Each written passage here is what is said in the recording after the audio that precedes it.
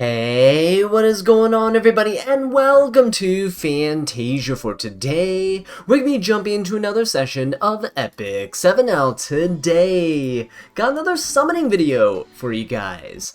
Now this one's going to be a bit different because we have to talk about Elvira, and at the time of recording, well, let's just say when I got home from work, I was shocked to see she's getting a recall. So she is likely gonna get a nerf, or I should say a rework, and people are gonna get compensated by a recall, and I think in the message it said that people will be getting a selector. Now here's the thing, many people are voicing their issues about this, not only because she's getting recalled like super fast. Oh sweet! Hang on one second. We got Leah! That's awesome! New 3-star, by the way, that was recently put into the game. I was hoping I would get her at some point, but that is sick. She has a really cool kit. But anyway, more on her later. We're focusing on Elvira. Many people are having concerns with this, so this probably is like the fastest recall we've ever had in Epic 7's history. And honestly, this is not really good look for them as a company. They've kind of dropped the ball quite a bit in the past just several months, right? Ever since the summer of 2023, where we had those, you know, back-to-back double limited RGB units, and we had the side story that was, you know, accused of being pay to win with the imprint system. And just, you know, really poor decision making by Smilegate overall in just the past, I'd say like half a year at minimum, right? It probably extends further than that. They had a lot of delays and stuff with launching the China server, so we had a lack of content in the first half of 2023 as well, episode 5 being delayed and all that. But this all comes and wraps around to Elvira, where I think this is something that is just a really troubling pattern that's starting to emerge. And okay, we're gonna get her really early. It's just a troubling pattern that's going to emerge. Now I'll finish this thought and I'll continue it when we showcase some of her abilities, of course, before she gets reworked and nerfed. But Elvira is one of those characters that I feel like really Smilegate should have seen this coming, because the problem with Elvira is that she is being abused with Prophetic Candlestick. Now, there's two takes on this, and I'll talk to you about that in just a second. The main thing about her skill 2 here is that you get immortality for, her skill 3, you get immortality for 3 turns, okay? And this is on a 4-turn cooldown. So, if you have Prophetic Candlestick, within those 3 turns of immortality, as long as you get hit and you get that reduced cooldown, you essentially get to S3 again, and you get immortality again, which is huge, right? It is huge. So this is the main reason, and the fact that she actually can inflict Beguile onto all of her enemies. It essentially makes it so that she can stall out the match and 1v4 any team that doesn't have a unit that can strip her buffs, or they ignore Red's skill, because she has so much resistance that's innately built into her kit and with her artifact and all that. So that's the main issue that's here. And in RTA, people have been trolling around, and essentially what happens is the Elvira team will win after 20 or 25 minutes, or if you didn't know, RTA, like Guild Wars, times out after 30 minutes. So if 30 minutes passes, then it's a draw and neither player wins. So Smilegate is seeing this as an issue, and they're starting to take measures against it, right, by reworking Elvira. Now, there's 2 perspectives on this. The first being, well, one, we can just nerf Candlestick, but the problem with nerfing Candlestick is that it's actually a really useful artifact, and it's used by other players for other units. Like, I personally use Candlestick on Specially Changed Doris in Guild Wars, and I also used it in Rift, so it is a really good artifact on certain characters, and nerfing it would just be an unfair collateral damage, right? So we'll talk more about Elvira after I build her, and we'll jump into the arena session with her. Alright guys, so here we are with some arena showcases. Now obviously this showcase isn't going to be really meaningful because Elvira could get reworked completely, or she could just get a minor tweak and this is still fine, who knows. I'm going to be covering her after her changes regardless, so if you do want to stay tuned on that, please make sure to subscribe to the channel, and I'll give you my honest opinions on everything as I always do. But Elvira here is on a pretty high effect res build. I have her on Bastion of Hope as well.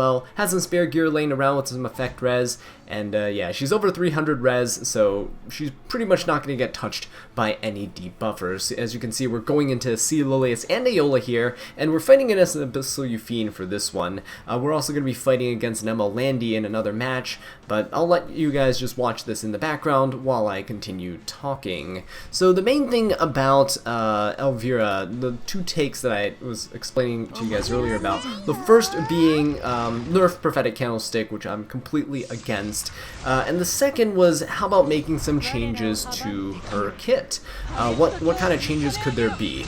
And the simplest solution that I can think of off the top of my head, which doesn't necessarily solve the immortality problem, is just make her S3 so that it cannot be reduced by any other effect, right? The cooldown, skill cooldowns cannot be reduced except by taking a turn herself, which still makes it so that she can soulburn her S1 to take the extra turn and get another round of immortality afterwards. Eventually you'll run out of souls, because you do want to build her relatively quick. You don't want her too slow, right? Otherwise you can't get the immortality off and prevent Fighting Spirit early on, but you also, you know, don't want her too fast because then she'll whack a bunch of times and lose her immortality. Kind of like how Kayron, right, does that in the past. So yeah, that's like the easiest fix there, is just saying, hey, Prophetic Candlestick can't affect her, we can't do this cheese anymore. If you still want to do it, you can just bring a bunch of souls and hope that you can last the duration of the match, which I think you really can't, realistically speaking, in RTA. The second take that I've heard people float around is that they should just make her a floodgate, like Bellion or Solitaria. They just want her to just prevent Fighting Spirit gain, period. As long as Elvira is on your side, their opponent can't gain Fighting Spirit. And I don't know how I feel about that. Fighting Spirit has been favored over Focus by Smilegate, and the reason they've been doing that, like the latest character that got released with Focus is probably Ocean Breeze Luluka, if I'm remembering correctly. And before that, there are hardly any Focus units that had come out, right? Focus units just instantly folded when Solitaria was present. It's just like how you counter Remnant Violet back in the day. You just keep hitting him if you have Solitaria on your side, because he can't gain Focus, he can't do anything to stop you.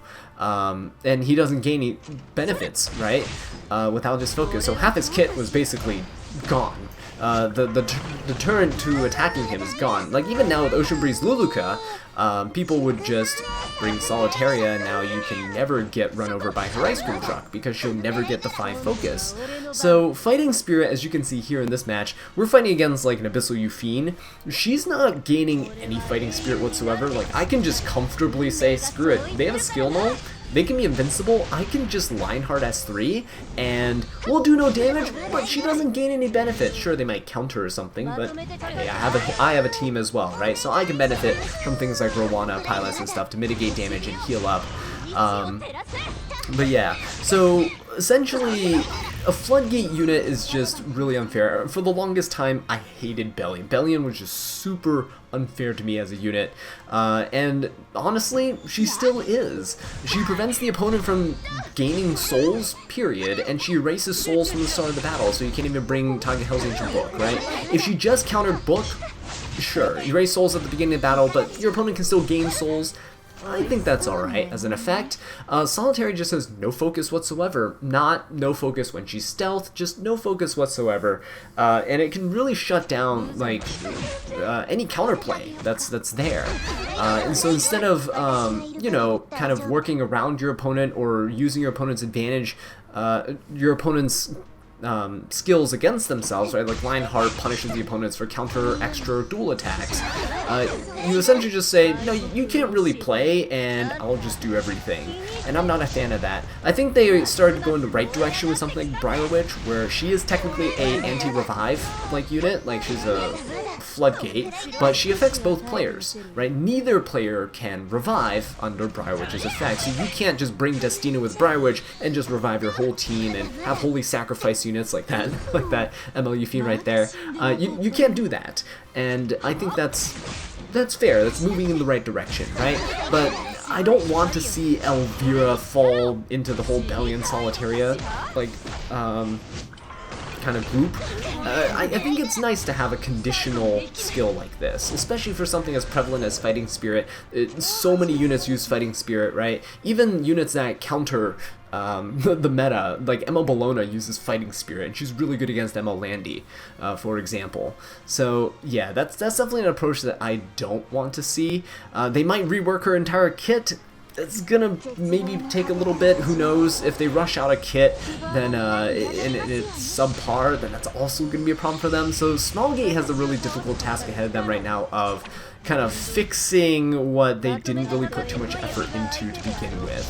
And I say that because, you know, stuff like this should be tested beforehand, and especially with Elvira's interaction with Prophetic Candlestick, that should just be something that any developer should be aware of when making an effect like this, right? You don't even need a tester necessarily. You just need to have some connection with your game. This exploit was used literally minutes after she was released, right? And videos and everything was popping up within the hour of the update. So it's something that could have easily been spotted, right? If the players can see it, the developers should definitely be able to see it as well. So it's a little embarrassing on Smilegate's part. Now, the other thing I want to talk about is the outrage that people have against Smilegate right now for Elvira's really quick recall, essentially. So Elvira's recall is really fast, probably the fastest we've ever had in the history of this game, and people essentially are unhappy because she got nerfed and they just spent bookmarks. They just spent resources, and in my opinion, the one reason why I've always been against nerfs in Epic 7. I've been very vocal about this in the past as well in my videos, and I know you guys are gonna go in the comments right now, right? You're gonna eviscerate me for saying this, but the main reason why, and really the only reason why, is that nerfs in a gacha game where people spend money. And now's the third thing, right? People spend resources, people spend their currency in game, people spent money on a unit that was advertised to them, right? I wanted this unit for what she was advertised to do, what she was advertised as. We saw a preview video and everything, which, by the way, they took down. They took down the preview video for Elvira, so expect maybe probably larger changes to come out of this. They took it down, and so, you know, you saw her star sign, you saw her stats, you saw her kit, and you may have decided to swipe and pull for a unit. And I think it's just unfair from a moral standpoint. I don't think it should be allowed for a company to just nerf units, especially in a PvP game like this where decisions are made based on a character's kit, right? To just take it away, right? Nerf a character and then provide a selector as compensation. I don't think it's enough. Yeah, it's just that's my reasoning. Now, you know, I don't think many people will disagree with that reasoning. You know, you might disagree with the no nerf stance that I kind of have, but again, the reason is people spent money on this. It's false advertising. Companies should not be allowed to do that. It's scummy, and a lot of people are very vocal about that too in like the stove comments and Reddit. People are like, I want my money back, I want my resources back, give me my stuff back. I don't want to choose another character, especially because on the anniversary we had an RGB selector, and we literally currently still have a web event for an ML5 selector. So essentially you got your most wanted RGB and your most wanted ML5, given not a limited unit, you can't choose for those, but Elvira isn't limited either, right? So it's fair. So that's really my take on this. Well, with that being said though, guys, let me know your thoughts on Elvira and the entire fiasco that's been going on. Have you actually tried her with Prophetic Candlestick? What kind of tweak would you like to see to her kit? I'm assuming Smilegate's gonna do something big. I mean, they took down the entire preview video, so they might be reworking her entirely. But with that being said though, guys, thank you so much for watching this video. I really do appreciate it. If you enjoyed it, please leave a like and subscribe for more Epic 7 content. And until next time, take care.